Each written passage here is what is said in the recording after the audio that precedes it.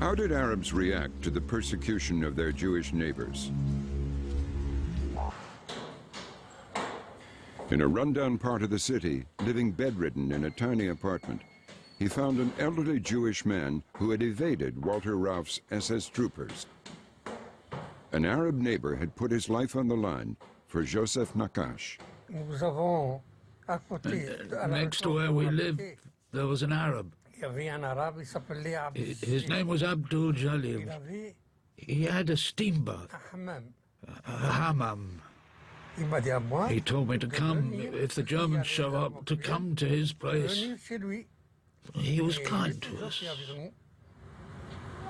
Did you pay money? No, nothing. Just kindness.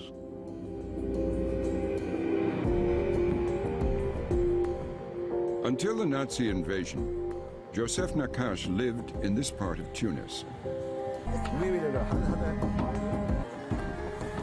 There it is, the Zanka Nakash. So this is Nakash Street. Sabah al-khair, madame. Good morning. I'm looking for a house around here. The house of the Nakash family. This is the Nakash family house. Shukran. Is there a hammam near here? It's in that direction. Hammam fi ay sharia? Yes, on the right. Al-yamin hina? Shukran jazilan, madame. Not at all. We found his house. We found the hammam. Bonjour. Sabah al-khair. Is this Mr. Abdul Jalil's steam bath? Exactly. Oui? Yes. And you are? I'm his son. The son of Mr. Abdul Jalil? Yes, the son of Mr. Abdul Jalil. He had the right name, the right place, and the son of the proprietor of the hammam explained the sort of person his father was. So is that your father here? That's Hamza Abdul Jalil, the owner. Est-ce que vous souvenez-vous la famille Nakash? Do you remember the Nakash family? I've heard talk of them. Ah oui? Oui. Pourquoi vous pensez que votre père... Why do you think your father hid Mr. Nakash here? He hid Mr. Nakash because Muslims and Israelites, the Jews as you call them, they were almost like brothers. Like brothers.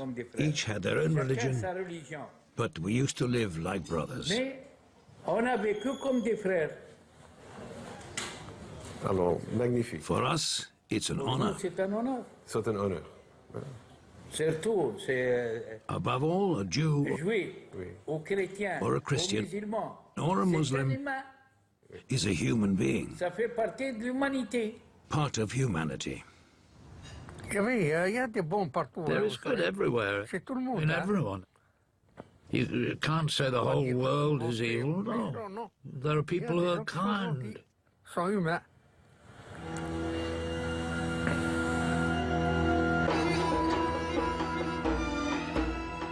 In Morocco, a marble mausoleum commemorates a devout Muslim, King Mohammed V. The king defied the Vichy authorities by declaring that in his kingdom there were no Jews or Muslims, only Moroccan subjects. André Azoulay has been a senior official for the last two kings. Moroccan Jews like Serge Berdugo tell the story of a Vichy general called Noguès, who told the king there were 200,000 yellow stars for Jews to wear. And the king said, but that's not enough, make 20 more. But why 20? The king said, because that's exactly how many of us there are in my family. This story raced round the Jewish quarters. In Algeria, the Vichy French met with religious opposition to their anti-Jewish laws. The religious authorities, the imams of Algiers, jointly issued from all the mosque pulpits forbidding any believer, any Muslim believer, from accepting to serve as a custodian of confiscated Jewish property. Every Muslim in Algiers accepted the edict. Although Tunisia was occupied by the Nazis, the newly crowned Moncef Bey did what he could to resist or delay anti-Jewish measures. On receiving the Jewish delegation, my grandfather told them that he thought of the Jews as his own children.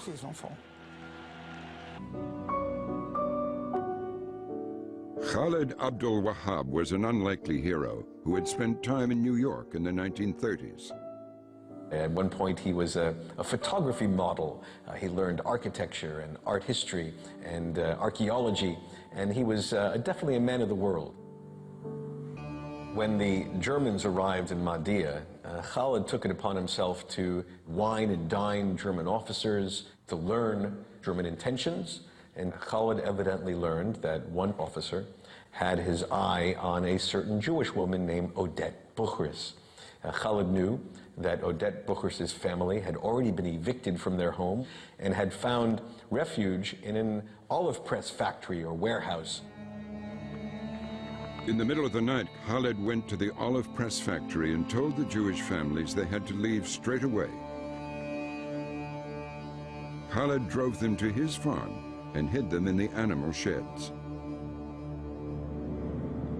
More than 60 years later, Edme returns to the farm.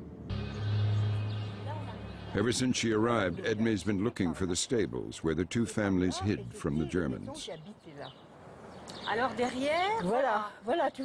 That's it. There it is. This is where, one night, when the men were away doing forced labor, the women and children almost came to grief. Khalid was still entertaining Germans in order to keep an eye on them. But one night, an army officer, much the worse for drink, wandered to the back of the farm, where the women and children were hiding. He must have got lost in the garden. I don't know. He got as far as the house. And finally, to the Bukhri family's bedroom. He was threatening to kill, and at one point, it was feared that he was going to rape one of the young Jewish girls there. So he came in because there weren't any doors. We had curtains, and he came and talked to them. He harangued them for 2 hours.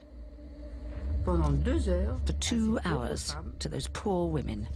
He told them, I know you're Jews, and I'm going to kill you tonight. And I'm going to start with you. And just at a moment when it seemed as though this German was going to take this young Jewish girl, Khalid shows up. They said it was like the coming of the Messiah. Suddenly, in the doorway, the curtain parts, and Khalid comes in. He'd been looking for him everywhere. And he led him away. Thankfully, Khalid had removed his revolver and had found a way to ease him out of the area. The next day, he told the family, luckily, before giving them food and drink, I disarmed them. Otherwise, there would have been a massacre that day. If I would found that Arab Muslim man that rescued my family, I would kiss him, embrace him, hug him, thank him.